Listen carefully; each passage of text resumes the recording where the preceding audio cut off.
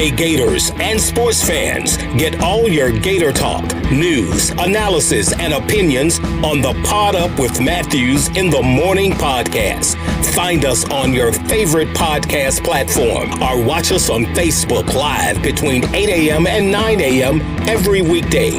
Pod Up, because we are Gator fans. So say it's great to be a Florida Gator. Good morning and welcome to a Monday edition of Pod Up with Matthews in the Morning from the Crime Prevention Security System Studios. It's game week, folks. We finally made it.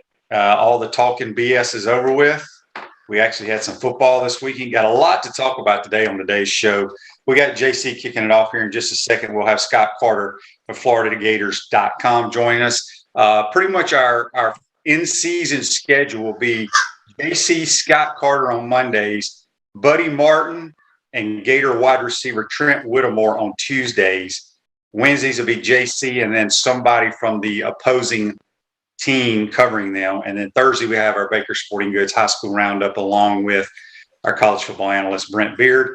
And Friday will be JC and some guests that will vary. And we'll pick winners. We'll pick the Peachland Dental Picks Contest. We'll pick winners, QB. Winners. We went, you know what? Not bad for the two of us starting off the year with 3-2 records with 5 games, 4 of which were really just awful, but non-competitive type games. But the Big Ten did open its season, and man, I'm gonna tell you, I don't see Scott Frost and that Nebraska team winning more than maybe 3 or 4 games. Boy, did they look bad, and I don't really see him lasting this season if. Indeed, he lasts even through half the season. I looked at Nebraska's schedule. I don't know how they're going to put anybody in the stadium for Fordham and Buffalo the next 2 games. But how about at Oklahoma? They play Ohio State. They play at Wisconsin. They play Iowa. I mean, this team's going to lose 7, 8, 9 games this year, it looks like. I mean, unless they somehow turn on a switch. Let me just back up. They did look horrible. I'm not going to lie. But, JC, let me just tell you why they lost this football game. These are the reasons. You know, they were up 9-2. They have an interception. The guy runs it back to Illinois' 20, where they would have scored a field goal or touchdown probably. However, they call roughing the passer. And like 2 plays later, Illinois scores. And then right before half, with like 15 seconds, they drop back, quarterback gets hammered. So anyway, Nebraska lost a pick due to a stupid penalty, had a scoop 6 fumble for the other team. The crazy dude returning the punt, fielded a punt at his own 2 and went backwards for a safety. They missed 2 extra points. So I give Brett Belima and those guys a lot of credit. They won the game. Nebraska may not be as bad as we thought, but I will say this. They're not going to get any better unless he changes quarterbacks. And you know, sometimes these coaches, JC, and we've had some here at Florida, they lash themselves to a quarterback and don't give anybody else another opportunity, and they go down and they get fired. So this is the 4th year. This is the 4th year of Adrian Martinez, and he doesn't look like a 4th-year starter to me. No, I don't know. They've got a lot of issues. That team would be lucky to win 3 or 4 games. I still say that. That may be true. That may be true. I will say this. Here's what surprised me the most about that team. There was Scott Frost coaching. A, they look extremely slow as a football team. Secondly, Scott Frost made his living and turned that UCF program around because they played fast on offense. Ball's tackled, players tackled, they get the ball to the official, bam, ball snapped. They never did that until they got behind by 20-something points and they moved the football. Before that, they did the old fake the snap, everybody looked to the sideline on every single play. And that's not what he did. That's not what he did at UCF. Well, the only reason that a team does that is, A, they're trying to call the perfect play against the defense, or B, they have the signals of the opposing team, and that's how they think they can call the perfect play. But that's what blows me away. When coaches do things that got them where they are today, and then they don't do it. And they just played really, really slow. I don't know. Maybe they had better players at UCF. Well, that could be the case too. But my point is, his philosophy was at UCF. How fast did they play? Very. Did you watch you? Yeah. Every as soon as the guy was tackled, they were snapping the ball within 4 or 5 seconds. Here, after every play, they looked to the sideline and they didn't snap it within 30 seconds of the play clock. So yeah, I mean, this is not to waste a lot of time on this miserable school and team, but this is the second straight year they lost to Illinois, and this year they did it losing to a new coach and a backup quarterback who transferred from Rutgers. Okay, right. I don't need to say any more than that. I mean, it's that kid that was one of McElwain's big recruits. That was it? Yeah, well, he signed with Miami. Played then okay. Then he transferred to Rutgers. Then he transferred to Illinois, and then he beat Nebraska. Yeah, well, that ain't saying a whole lot. But it is for Illinois. I mean, we are talking about Illinois. But they're probably going to win 3 games too. They're a bad football team as well. But give them credit. Give them credit. They won the game. Yeah, they sure did. Before we get any farther, I want to send our thoughts and prayers out to all the people in Louisiana, Mississippi. It's a mess. I mean, it's horrible right now. I don't know if it's going to be worse than Katrina. I don't think it'll be worse because I don't think the city. I think the levee's held, and I don't think the city's underwater. But it's also without power, and they've got to get. It's going to take a long time to get things back and rolling, and I do believe this is probably going to mean, in terms of sports, I don't see how the Saints and Packers are going to be able to play in 2 weeks.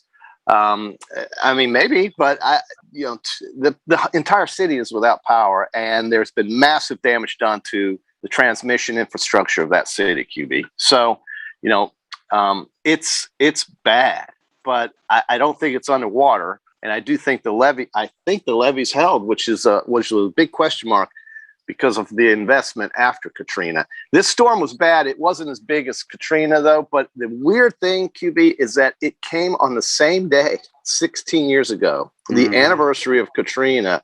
Isn't that spooky? And it's just a tough place to live. I couldn't live in a place like that because every year you're dealing with this, and up and down the entire Gulf Coast. It's every year you're dealing with this. Why would people want to live with that? I don't know. Yeah, well, the state of Mississippi is getting hammered today. Also, want to send our thoughts and prayers out to the ridiculous thing that happened over in Afghanistan. I don't even want to spend time on that, but it's just absolutely horrible. Okay, I got some notes here, JC, I got to cover before we get into SEC, Gator football, all that stuff. Okay. Some things that happened over the weekend. First of all, did you know? First of all, I don't know if you watched any high school football. This is the Friday, Saturday, Sunday. They play all these high school games. Yeah. This state against that state. Okay. Yeah. ESPN booked a game. How did they get that team on? I mean, why did they put that team on? Well, it was one of the worst. Yeah, it was a team out of Ohio that's an online charter school that has never won a football game, I don't believe. But how did they supposedly they told ESPN that they had a bunch of D1 players.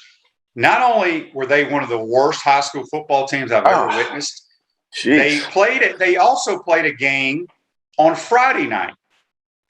And 48 hours later, they're playing IMG and just get rolled 58-0. It was very embarrassing for ESPN. It's their own fault. But the thing that drove me crazy, because I'm clicking through the channels, and then St. Thomas Aquinas is playing this St. Francis out of Baltimore, okay? And they throw this graphic up on the screen about how St. Thomas, modern day, Bishop Gorman out in Las Vegas, all these, how they develop all these great Division I athletes. I wanted to say, are y'all a bunch of idiots? They ain't developing anybody. They're recruiting their ass off is what they're doing. They get the best players in their areas to go to their schools. So when you look at those schools, take nothing to get away with them. They play great football. They win state championships. But they are not equivalent to a public school football coach. Right. Because a public school football coach, in the most part, takes the kids in his area and goes and plays games. Whereas all these so-called powerhouses that develop all this great Division I talent, they basically pay for kids to come to their school that are the best players in the area. And it just pisses me off. I mean, it's almost like free agency has seeped down. It's college into the football is what it is, but they're playing at the high school level, and it's not even. It just irritates the hell out of me because I love Friday nights, and if anybody in the state of Florida at the FHSA is listening to our program, and I hope they are, they should be because we cover high school sports. Take your damn private schools and play private schools for state titles, like most states do. Make that case on Thursday when you do your Baker Sports High School. I do it every year, JC. I do it every year. Behind you. Put a big banner that says, private schools should play private schools. Right. You can recruit all you want and pay for kids to live on your campus. It's ridiculous that the state of Florida does that. Okay, enough of that. The other thing I found out is that this means absolutely nothing, but it kind of blew my mind. Do you know that the Baltimore Ravens have won 20 straight preseason games? I did not, but that's cool. That's unbelievable. That is unbelievable. Big loss yesterday, losing Dobbins for the season. Looks like an ACL. That's a shame. You hate seeing anybody really lose their season, but especially in the preseason, man. And, part of that, the reason for going down to 3 games was to try to alleviate some of that pressure. Teams are going to be cutting people now here in the next few days. And then, we start the season a week from Sunday. So in 13 days, man, I just hate seeing guys get hurt in the preseason. Though. It's just such a shame. And really, I know they try not to. They don't play. I mean, some teams didn't play any of their guys. I mean, none of them. Ezekiel Elliott didn't play one down in the preseason. And that's fine. I understand why. Man. Matty Ice for the Falcons. He didn't take one snap in the preseason. Yeah. A lot of these guys just not playing in the preseason. I get it, too. I do. They've got a week off now to get ready, and I think everybody will be firing away, and we'll get a lot of questions answered as to who the starters are going to be in certain teams. I expect Andy Dalton will, and they've announced that he will start for the Bears, but I think a lot of folks are going to be really ready to pull the trigger on him if anything goes badly. And then, of course, what's New England going to do? Probably start Cam Newton, but Mac Jones is getting a lot of snaps. Listen, it sets him up for saying, you know what, maybe we won't start Cam Newton. We'll start Cam Newton, and then the first sign of trouble, we'll go straight into Matt Jones rather than throw Matt Jones in there and worrying what his indoctrination will be like. But if there's anybody I'm confident with, it's a guy like Mac Jones, very smart player. San Francisco is probably going to start Garoppolo over Trey Lance. We expect that, but Trey Lance, I thought, had a pretty good preseason. So some of these rookie guys that were drafted high, I thought made pretty good showings for themselves. Kyle Trask is going to be on the roster for Tampa, but he's not going to play. And that's about what we expected, and that's fine. I mean, he's got to learn. He's picking it up, and he's the kind of guy that will certainly be willing to wait his chance. So Tampa Bay looks good. I think that Dallas-Tampa Bay game will be entertaining a week from Thursday. That's a Thursday night football game that we got a week from Thursday down in Tampa. They'll have a packed house, first time in Tampa for the Buccaneers to have a sellout crowd in years. I mean, Tampa has been playing in empty stadiums for years and years and years, and now they'll have a sellout crowd with Dallas coming to town. What a great night that's going to be in Tampa a week from Thursday. I can't wait for that one. Turn your car, truck into a rolling billboard for your business or brand with an eye-catching vehicle wrap from Wrap Spot. This August, mention promo code Shane and receive 13% off your vehicle wrap. Speaking with JC on the Titan MR hotline, joined by Scott Carter, second portion of the program. We had a couple people chime in about how that's how the high school playoffs have always been. I know it is, folks. What I'm trying to say is other states don't do that. Other states have private schools play private schools for state titles. And I wish the state of Florida would do that because I promise you it would be much better for the state. Yeah. Oh, all right. So anyway, JC, the other thing that was just one of the greatest sporting events I've ever witnessed was yesterday in golf, the BMW Championship. First of all, I don't know what the hell kind of course they were playing. It was beautiful, but good gracious, was it easy. Killed it. It was very easy, but I've never seen a guy, well, I shouldn't say that, but it's been a long time since I've seen a guy have to make putts and actually do it one after another, after another, after another. Patrick Cantlay deserved to win because of how he putted, but he almost gave it away before it even got to extra holes. And I think he got a little break. He got a break because DeChambeau couldn't close. And that surprises me. DeChambeau is a guy who's won 8 times on tour. He's won the tour championship. He's won a major. And he had a chance to put this guy away before extra holes. And he couldn't do it on the next to last hole in regulation, if you will. And good for Patrick Cantlay. I mean, he made a bogey. He made bogey putts that were just as important for him to continue this as par putts or birdie putts. And so he made everything, and that's why he won. But DeChambeau had a chance to close him out and couldn't do it. So that was surprising to me, but it was very exciting to watch these guys just fight it out. And I just don't know. I guess it wasn't meant to be for Bryson DeChambeau. He had so many opportunities to win that, but he couldn't do it. Karma got him. Yeah. Trying to call out the guy. I think a lousy putter got him. Well, lousy putter, karma, however you want to say. Yeah. It is what it is, but it was good to watch. It sets up for, I think we have top 30 now going into the final. Is next week the final match? Yes. Their tour championship is next week. Yeah. So if you come in dead last, 30 guys. If you come in dead last, you make $375,000. The winner gets $15 million. Yeah, I mean, wow, what a money grab! But it's the top 30 guys that qualified, and I think that'll be really good to watch on a day where we'll only have one football game. That'll be Florida State Notre Dame on Sunday. We'll have one football game. Let's not forget these Saturday, Sunday, Monday games. Florida State Notre Dame on Sunday. You have the Louisville, Mississippi Landshark Black Bears on Monday. And then on Saturday, of course, we have all of the games. Man, this is a big week. I mean, this is where we've been sitting around since May, June, July, and most of all of August now, and it's time. It's time to get this thing cranking. And University of Florida is going to have a full house, I would guess. I think everybody's going to be excited to be there. Tailgate is going to be lively, and you got a team coming in that Florida should handle. So I think it'll be a fun day for everybody down here in Gainesville, Florida. Yep. Speaking of college football, JC and you and I both went 3-2 in our picks. Oh, we did. Yeah. I want to get your thoughts on UCLA, Hawaii. Yeah. I know UCLA looked pretty good. Hawaii was terrible, but I will tell you this. Yeah. UCLA cannot beat LSU, and I haven't even seen LSU, if the quarterback can't complete easy throws. When I talk on this show about completing easy passes, easy completions between the Nebraska guy and the UCLA guy, I think these horrible. QB, I think these guys just lock up. They want to run so badly. They want to get out of the pocket. They're not coached to stick around. They just can't. It has nothing to do with the pocket, JC. I'm talking sitting in the pocket and the guy's wide open on a hitch but he or won't a slanter. Pull the trigger because they're not good throwers. There's difference between real quarterbacks and average quarterbacks. Okay, those two guys are average. What they are, they're fast athletes playing quarterback. They're not good throwers, and I firmly believe you cannot win at a high level. If you can't complete the easy pass, you cannot play. But how do you practice for 3 weeks, 4 weeks, however long it is, and not complete those passes in the game when you can in practice? JC, are you not listening? They are not good throwers of the football. They can practice all the hell they want. Then why are they playing?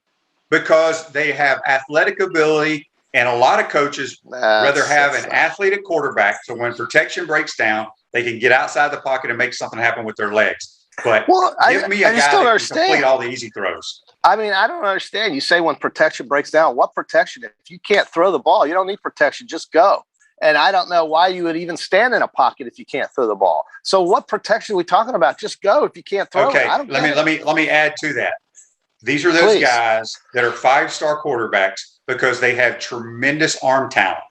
Okay, just because you have great arm talent doesn't mean you can throw completions. But coaches get enamored with that because of the strength of your arm, and they make that one throw and they go, wow.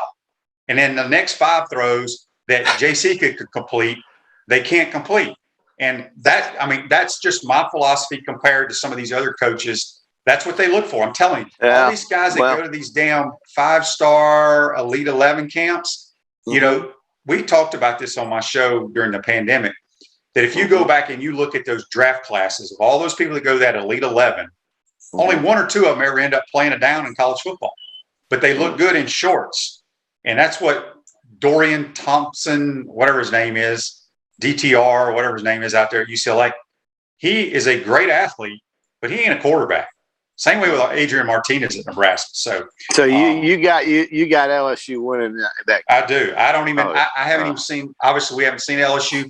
They're going through a lot right now because they had to go out to Houston or Dallas or somewhere to practice. Yeah. But LSU is going to have superior athletes, and I just don't see UCLA being able to do anything. Well, that's one of the big ones. And as the week goes, we'll talk about more of these QB. But the big ones that I'm really zeroed in on is Georgia, Clemson, Alabama, Miami. I mean, those have the interest of my attention. I'll be in Atlanta for that game with Miami and Alabama. But that Georgia Clemson game that night, Saturday night, I don't know. We'll wait to pick those, I guess, later in the week. But that's what I'm looking forward to. I'm also curious how Florida State's going to look against Notre Dame. Notre Dame lost a lot of players. I think Florida State's going to be better. I'll tell you this. If you get an opportunity to take Florida State over 5.5 wins, I would recommend you do that because I can't imagine them being any worse than they were in the last 3 or 4 years. I think they're going to be better. They're recruiting well. I mean, do you like them over 5.5 wins? I haven't looked at their schedule, but I don't think they're a very good football team. And I don't know how they got much better. I really don't. I think they got serious still issues at quarterback. Because Mackenzie Milton's not going to be their starter from what I hear. I think it's going to be the Jordan Travis kid. But I don't know. We'll see. We'll see how they look at match up against the Irish, and then I can give you a better thought process. But I don't know who do they play Clemson, obviously? They will play Clemson, yeah. Later in the year. Do they play North Carolina? Look and see. I'd have to see. I don't know. I think they probably do. I'd have to look and see. I can't say for sure. The only other game, and then there's a bunch of games, really good games. Indiana, Iowa could be good out of the Big Ten. Penn State, Wisconsin will probably be a pretty good game to watch. So there's some pretty attractive ball games this weekend, and just the fact that it's starting up is enough for me. But I don't want to forget that Sunday, Monday doubleheader. Notre Dame, FSU, Louisville, Ole Miss. You've got an ACC teams playing on both days there, and then you've got Lane Kiffin and those that Ole Miss squad. So it's going to be a big weekend. I'll look up that Florida State. It's not important, but I gotta think they're going to win over 5.5. I mean, I just think they're going to win 6 games. I think they're going to win 6 games. I mean, I can pull it up. I'll pull it up right now. It's not hard to do. I just gotta think that Florida State, which has been just so bad for so darn long. I mean, they've got to win more than 5 games this year. I gotta think they're going to win more than 5 games in that conference. You've got Jacksonville State, Wake Forest, and Louisville coming up after Notre Dame. Then you've got Syracuse. They do play North Carolina, but then there's UMass. Yeah, there's 5 wins on this schedule. There's easily 6 wins on this schedule, and they do play North Carolina, and they do play Clemson. And they do play Miami, of course. They play Florida and Boston College. They play NC State. Those could be tough. November could be a tough month for them. But, man, I see some games here they can absolutely win. So, I see 2 guaranteed wins. You just see 2? That's it? For Florida State? They're gonna beat UMass, and they're going to definitely beat Jacksonville State. I don't know. Jacksonville State is a pretty good program. Jack State, UMass should be wins. Wake Forest, I wouldn't discount Wake Forest at all. Not with the way that coach has got that team playing year in and year out. They're very tough. They're not as big a pushover as they sound. I think he has done I can't believe he's still at Wake Forest. I think he has just been an unbelievable coach for that Dave. Dave Clawson. David Clawson. Gosh, what a good job he's done there. But, we'll see. I don't know. I think we're going to learn a lot after this weekend, right? So we're just guessing. It's nothing more than guessing right now. But we do think that North Carolina is going to be a pretty good team in that division, and Clemson's going to probably win the other side of it. Miami's in the same side as North Carolina, I believe.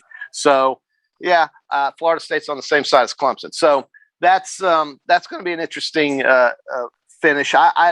Could be good to see. Could be good to watch. I got to think Notre Dame and Florida State, though, should be entertaining at the very least, I would hope. I think Notre Dame's lost a lot of players on offense, so we'll see. They were pretty good last year, but they lost a lot on offense, Notre Dame did. If you got joint pain in your knees, shoulders, hip, or back that won't go away, you need to check out QC Kinetics for long-lasting relief. No surgery, drugs, or downtime. Schedule your free consultation at QC Kinetics. give them a call. It's 352-400-4550. A few more minutes here with JC, then we'll get to Scott Carter on the Titan Moore hotline. Dan says, put all the cash on LSU to cover versus LSU. I don't even know what the line is. Do you know what the line is on that game, JC? Yeah, I can look this up real quick. Like he loves LSU. No, he's telling me to. I don't even know. I'm just saying I think LSU. I watched UCLA. Were they impressive? I don't know. I just know their quarterback can't complete passes. Yeah, that'll be a problem with a pass rush coming in your face. That'll be a big problem. Certainly LSU. But I'm curious what it is. I'm trying to find it. Where is that LSU game? They may not. I mean, it's Saturday night, right? I thought it is. I just don't see it. I don't know what's wrong here. I don't know what's going on. Maybe it's not a go right now. We don't know with LSU's issues if they're going to be able to play or not. But we'll see. Georgia Clemson, baby. That's the one. JC, that Georgia Clemson has been outstanding the last few years. Right. I think they're going to be really good on offense.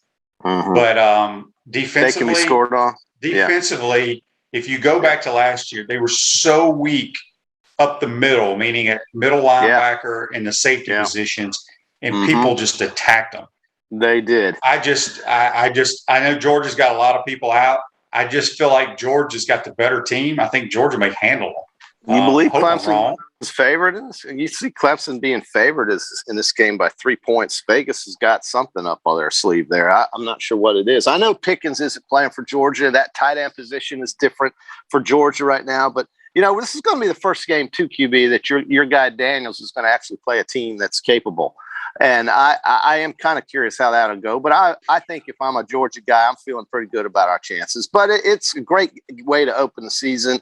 I don't think winning or losing this game, I don't think really hurts either one of these two teams that much. But I certainly think, both obviously want to win and get that press and get that notoriety and be thought of as a really big contender. Georgia's got a great chance this year. I mean, they're really loaded. And this is going to be a tough team for Florida in the East. But, Daniels has not played anybody with much of a winning record at all since he's played. He's looked good, but it's not hard to look good against Tennessee, Vanderbilt, Kentucky, South Carolina, Arkansas, teams like that. So, yeah, we'll see how he does. People on the College Game Day. Georgia, a couple of them picked Georgia to win the national title this year. We got a text on the Titan Moore text line. Georgia. Daryl says, Shane, I was acting like JC Saturday, wearing my Hawaii visor, which I purchased out there this past January. Wow, look at you. He wore a Hawaii visor. Wow. So he bought it. He went and visited Hawaii, bought a visor like you buy something everywhere you go. Feels good, doesn't it, Daryl? It's a great feeling to represent locally. I've got a Penn State hat in the closet. I love looking at that campus. That was a beautiful place. No Joe Pa statue, though. But no, man, I'm just kind of thinking, what is it going to be like around here on game day Saturday? I know it's only Monday right now. We'll get to it. But this leads up to this is something, this is part of the week that leads up to the big game. Florida Atlantic, Willie Taggart coming in. They did okay last year. Not bad. But it's a good opener. They did? What was their record? I think they had a winning record, and I think they actually went to a bowl game last year, QB. So, of course, a lot of things. I think a lot of teams did. Yeah, look it up because I mean, I don't want you to spend all morning worried about it, but I think Willie Taggart is not a very good football coach. Well, I get it. One of the worst I've ever seen. Yeah, they lost their bowl game to Memphis. Yeah. They played Memphis in December. They were 5-4 last year, QB. They finished second in their division, in their conference. Is that the first time Florida. He's had a winning record? It might be the first time he's had a winning record in a long time, but he did replace the legend Lane Kiffin, right? So, Kiffin set him up with some pretty good ball players down there and a nice little stadium they have in Boca, a great place for a kid to go who probably doesn't get looked at by a lot of schools, go play football in Boca Raton, a nice little stadium there. They were 5-4 last year, so they did have a winning record. They did go to a bowl game, but they lost in that bowl game. But they had a pretty good schedule for a school like that. So let's see how it looks for Florida. This is a good way to open the season for the Gators to try out these new guys that are going to be playing on offense. It's going to be, fun to see how many points they can score. I hope they can score a lot. Yeah, they're going to be starting a Vanguard Knight at quarterback, N'Kosi Perry, the transfer from Miami. Yeah. So we'll see. I like our chances. I think so. I like our chances big. I just think it's I think FAU's pretty decent on defense for their level. Offensively, I don't think they're very good at all. Yeah. JC, no, we're gonna let, what shirt you got on there before I let you go? I can't tell. This would be Mississippi State. Mississippi State's national championship, but I'm wearing the Saints today because the city of New Orleans is dark and without power. How long that goes, I have no idea. But could it affect the Green Bay game? I think we'll talk about this more. They'll talk about it more in a week or so if they can get infrastructure back online in that. Well, just go play at Lambeau. What's the big deal? Yeah, they could. That probably will. Probably. Yeah, they probably. All right, will. JC. Okay, study man. up. All right. We'll pick some. I think there's a game Wednesday night. Well, we'll pick actually, Wednesdays and Thursdays games Wednesday. There are some really good games Thursday, and I think you've got an opportunity to pick some real good ones on Thursday. I think this whole week, man, it's going to be great. It starts early. I like the way this stuff starts on Thursdays. We got Bowling Green in Tennessee on Thursday. We've got Boise State and Central Florida on Thursday. All right, so I mean that's a good one. That's getting something started here. South Florida, NC State, USF. What are they going to look like as Florida gets ready to play them in week 2? So, or week 3, I guess. But yeah, so there's plenty of stuff on Thursday to watch. Yeah. All right, JC. We'll talk to you soon. As JC joins us on Titan MR Hotline. Going to take our first time out of the program. Come back. We're going to be joined by our good buddy Scott Carter talking Gator football. You're watching and listening Pod Up with Matthews in the morning. We want to take this moment to thank all our sponsors who keep the show going and pay the bills. Our gridiron sponsors are Crime Prevention Security Systems, large enough to serve you, small enough to care. Titan MRI, Gainesville's only locally owned and operated MRI facility. Meldon Law, won't back down. Peachland Dental, Gator Nation's first choice for dentistry in Port Charlotte. Comfort Temp, comfort is our business, peace of mind is our promise. QC Kinetics, non-surgical regeneration, live pain-free. South State Bank, Celebration Point Town Center, Chris Doring Mortgage. Some of our touchdown sponsors are Campus USA Credit Union, Adams Rib Company, Doreen Weeby Realtor Caldwell Banker, MM Parish, Gator Dominoes, Celebrate Primary Care, Gator Bait Media, Wrap Spot, Okido America, Gators Dockside, Style Cuts, Ironwood Golf Course, Meadowbrook Golf Course, Silverback Concrete Company. If you are interested in promoting your business on the show, visit podupwithshane.com and click the advertise button. Again, thank you to all the great businesses that support the show. If you like what we are doing here, make sure to follow us and support the businesses that support us.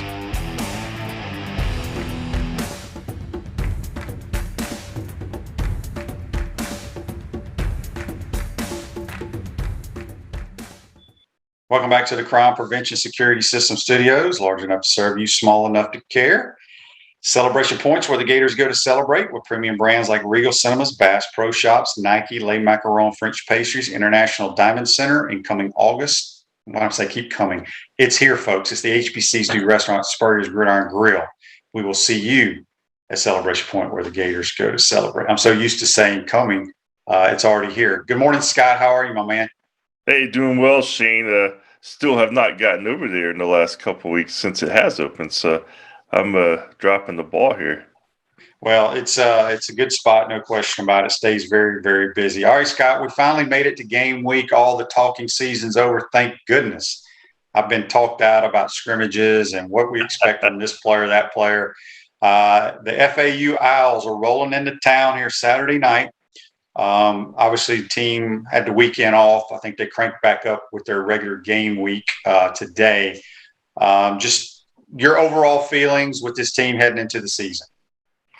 Well, I'm the same exact place as you are, Shane. I'm tired of talking about, what ifs or what's, the projections and that stuff. I'm ready. I'm ready for a game. So we finally get to see these guys Saturday night at the Swamp, man. And there's just a lot of questions surrounding just the general nature of the days we live. I mean, what kind of crowd's going to be there? The first time, as of this morning, as we talked, the first time in a long time where, the stadium can be full. I mean, I'm interested to see how many people come out, to see the Gators back at it.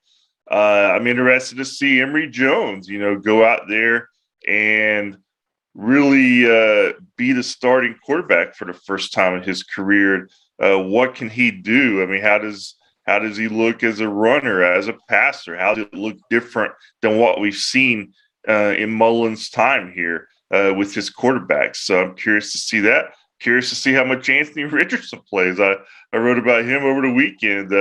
I think he's definitely part of what they want to do consistently. I mean, he's number 2 on the depth chart, but I think we're going to see him because he's so talented, and also because Mullen likes to get a different look in there. And so, I'm starting to some obvious places there, Shane. Anytime there's a quarterback change, you're going to want to see those guys. And then on the flip side, I'm going to look at the secondary. I mean, it's a unit that I think, besides Kaiir Elam at cornerback, I think he's the one guy you can pencil in back there and say, okay, we know what we have there in Kaiir Elam. We know what we're going to get consistently there. And guess what? The opposing offensive coordinators know that too. So that's why it's going to be so important on who's around him, because those guys are going to get a lot of action. And who the other cornerback is going to be Jadarius Perkins, is going to be Jason Marshall Jr., Elijah Blade. How much has he picked up in his 2 weeks here? Is it going to be somebody else there? So a lot of question marks at that position, Shane. And we're gonna see some of those answered, I think, against FAU. But I think it's going to take some time also to get some answers to those questions. Yeah, I think the big thing I'm looking at is I'm curious how many people are going to show up. I know people are excited for football season, but are they going to kind of fill it out, maybe watch it on TV, see how the crowd looks, and then say, okay, I'll be there for Alabama. So I will tell you this. I'm not the smartest guy in the world, Scott, but I promise you we got more people at this game than damn UCLA had at their game. Yeah, you saw that? I saw that. I was flipping through the channels, and I was kind of like, man, that's the Rose Bowl, the opening game. It looked like a beautiful day out in LA. Not many people were there. So I agree. It's going to be bigger than that. And I hope it's a good crowd. I understand whatever the decision that fans make, but it's just such a different tone than so many others that we've been through, Shane. You just don't know about this one. No, you really don't. But I was joking about it, with some buddies of mine about, this so-called alliance. I mean, here you are, the Pac-12, like you said, beautiful day, the historical Rose Bowl. And they say they had 35,000 there. There is no way in heck they had about 15,000. No way. But we definitely will have that meeting. Okay, so you talked about, the quarterback position, who's going to be opposite of Elam. Scott, what is your gut feeling? What's going to happen with the running back position? I think when I look at it, I think Pierce is kind of the main guy to start the season. But I think there's going to be a lot of opportunities there. I think when you have talent like in DeMarcus Bowman, you're going to want to get him some reps. And who does that cost some carries to? I mean, Lingard, we've heard good things about him. I think he may be more of a role like Malik Davis, kind of a guy to get out on the edge and mostly in the passing game. And then Naquan Wright. I mean, I think we're going to see a little bit of all of them early, Shane. And then by maybe game 2 or 3, see some patterns there develop, like which guys emerge. I think that's probably the way it's going to go. And, at the end of the year, I'm still thinking Pierce might be the workhorse of the group if he stays healthy. But I think all those guys are going to get touches early. And I think Malik Davis is really a valuable asset in the passing game that they can utilize to help out, Jones and Richardson. And we've seen it in the past. I mean, he's really progressed as a receiver over the years. Scott, when we talked to you last week or 2 weeks ago, I can't remember when it was, Gators seemed like they were pretty healthy coming out of camp. We know Jaden Hill had the ACL tear. Did I read that we had another DB? Is it Wilcoxon? Is he injured as well? He may have been banged up at the end of camp. I don't know any severity in terms of that. I think, we're going to hear from Mullen today. I mean, injuries have been kind of hard to come by unless you're there watching them, Jaden Hill was the big one of camp. Obviously, that one stung. And since then, Mullen said they've had the typical guys banged up, missed a practice here or two and gotten back. So unless he provides more depth on that today, I don't know of anyone going into the season opener who's unavailable other than Hill. But, that could have changed Shane. So I guess we'll have to wait more from Mullen on that one if he gives us that. At Chris Doring Mortgage, they do mortgage lending right, helping home buyers throughout Gainesville and North Central Florida. Call Chris Doring Mortgage today at 352-244-0840. A few more minutes here with Scott Carter, FloridaGators.com senior writer. We got a text on the Titan More text line from George. George says, I'm sorry if you guys have already commented on this, just tuning in. But Scott, can you give us your thoughts on the offensive line going into game one? I think this is a group that I think they're going to be better this year. More experience. There's still some growth. They're being asked to do different things, Shane. I mean, last year it was mostly a pass protection unit, right? So now they're asking them to be more physical. They're asking them to push the defense off the ball to open some ground for the running game. And they're still going to be they're still going to pass the ball quite a bit, but I think you're going to see the run numbers go up quite a bit if the offensive line is making progress, doing its job up front. I think the worst thing in Dan Mullen's head right now would be if they do have to become more of a pass-heavy offense again, because that means they're not getting it done up front. So I expect some progress. I think Ethan White being healthy from the start, playing on the left side with Garage, I think that's going to be the strength of the offensive line.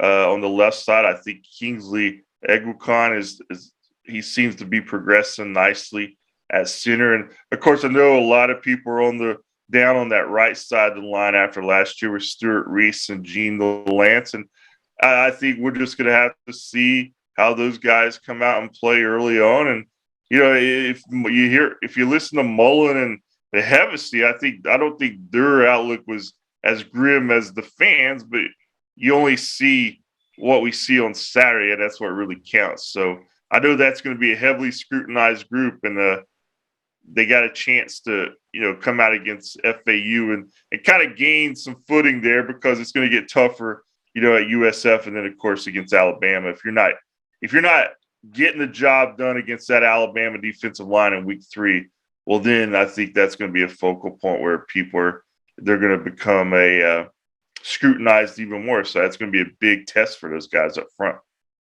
We got a question for you, Scott, here on the Facebook Live, brought to you by Metal Law, the only official law firm partner of the Florida Gators. Scott asks, is there anything new on the tight end position? Well, other than, Gamble and Zipper and Nick Elkson, we keep hearing about him. And I saw him at a couple of scrimmages, and I'll say, he was really a nice looking player for a true freshman. I know they like what he brings to that position. And then Jonathan Odom is still there. He's another guy that, obviously was redshirted last year. I think they like there. I still think Campbell and Zipper are their top level guys, but I think they're going to probably mix those other guys in some. And at the position, it's going to be different than Kyle Pitts. I was looking at the roster here. There's still a Pitts on the roster this year. Shade, it's Mark Pitts, a walk-on offense lineman for Buchholz. It's not Kyle. Yeah. So he's a big joker too now. Yeah, he's real big, 6'6", 322. So the Pitts this year that you'll see out there, it's going to make people think of Kyle Pitts, but it's not him. It's going to look a lot different at the position. I think we got spoiled the last couple of years. But I fully think with Mullen's coaching, with Gamble and Zipper's ability and with maybe some surprises down the depth chart, I still think that position is going to be valuable for the Gators. Yeah. Cliff says on Facebook Live, brought to you by Mental Law, got to have better play up front this year, especially in the run game.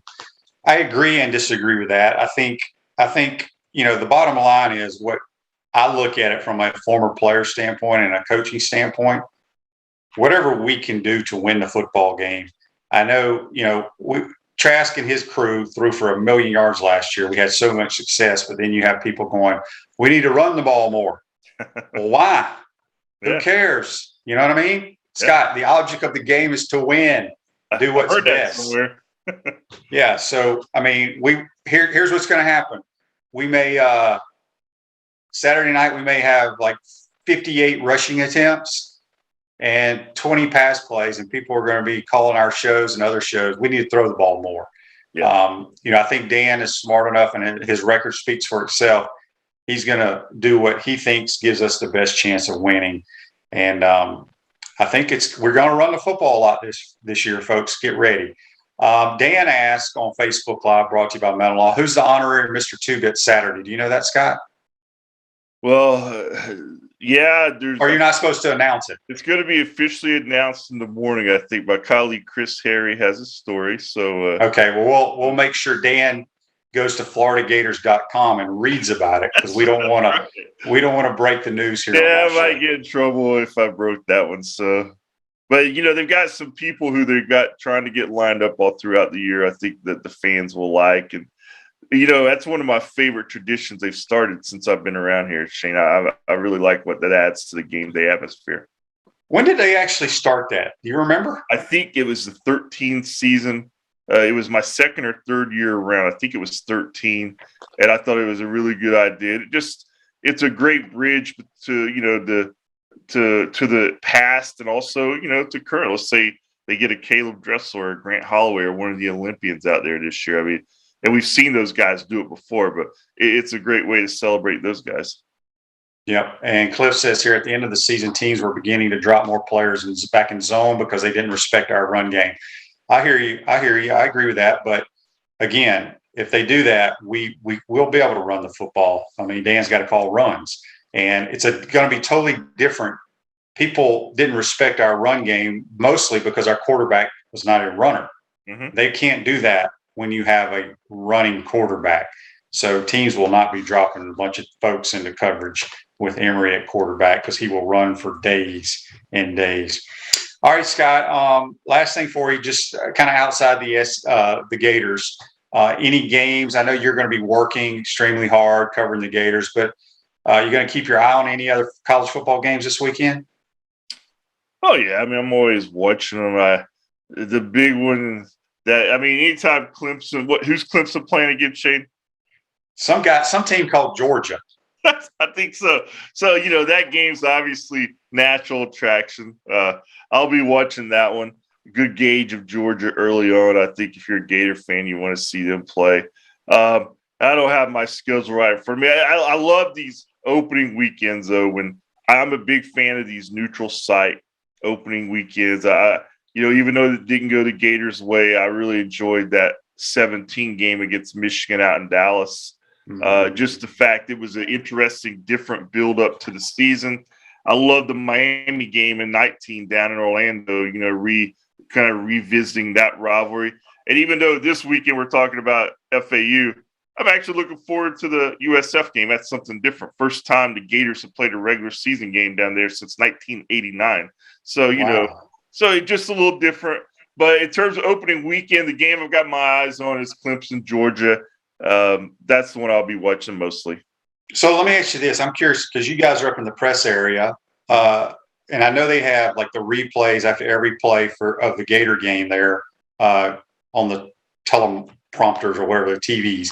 Do they have other games going on? Because Clemson, Georgia, I think starts at 7, where our game kicks off at 7:30. Are there other TVs up there for you guys to watch, or is it all just the Gator game? In the press box area where we're seated, it's usually just on the Gators game. But that press room where you can go in and get a snack or a drink, they have different TVs on that you can change. And of course, there's inevitably, if it's a big game, somebody will flip the Gators game, one of the TVs in the box. because everybody's interested in those. And of course, you can watch them on your computer nowadays. But that's the way it usually works, Shane. You got your game in front of you, got it on the TV, you got one or two on your computer or somewhere else. So a little different these days, man. And remember when these games were paid? Some of them were pay-per-view like an FAU game might have been pay-per-view back in the day. Yep, no doubt. Times have changed. Yep. All right, Scott, be safe. Enjoy this weekend. It's finally here. And we'll catch up with you next Monday and recap the Gators' big game against FAU. I appreciate it, my man. All right, look forward to it, Shane. See you, buddy. All right, that's Scott Carter. Join us on the Titan MR hotline. Going to take our final time out of the program, come back and wrap it up. We want to take this moment to thank all our sponsors who keep the show going and pay the bills. Our Gridiron sponsors are Crime Prevention Security Systems, large enough to serve you, small enough to care. Titan MRI, Gainesville's only locally owned and operated MRI facility. Meldon Law, won't back down. Peachland Dental, Gator Nation's first choice for dentistry in Port Charlotte. Comfort Temp, comfort is our business, peace of mind is our promise. QC Kinetics, non-surgical regeneration, live pain-free. South State Bank, Celebration Point Town Center, Chris Doring Mortgage. Some of our touchdown sponsors are Big Mills Cheesesteaks, MB Listing, Cornerstone Financial, McDonald's of Gainesville, My IT Masters, Gainesville Neon and Signs, 84 Lumber, Tropical Smoothie Cafe, Chick-fil-A on Archer Road, Avra and Smith, Dowling Signs, Chomp Harder Apparel, Ruse Ogra Agent, State Farm Insurance, Silver Cube Billiards and Sports Bar. If you are interested in promoting your business on the show, visit potupwithshane.com and click the advertise button. Again, thank you to all the great businesses that support the show. If you like what we're doing here, make sure to follow us and support the businesses that support us.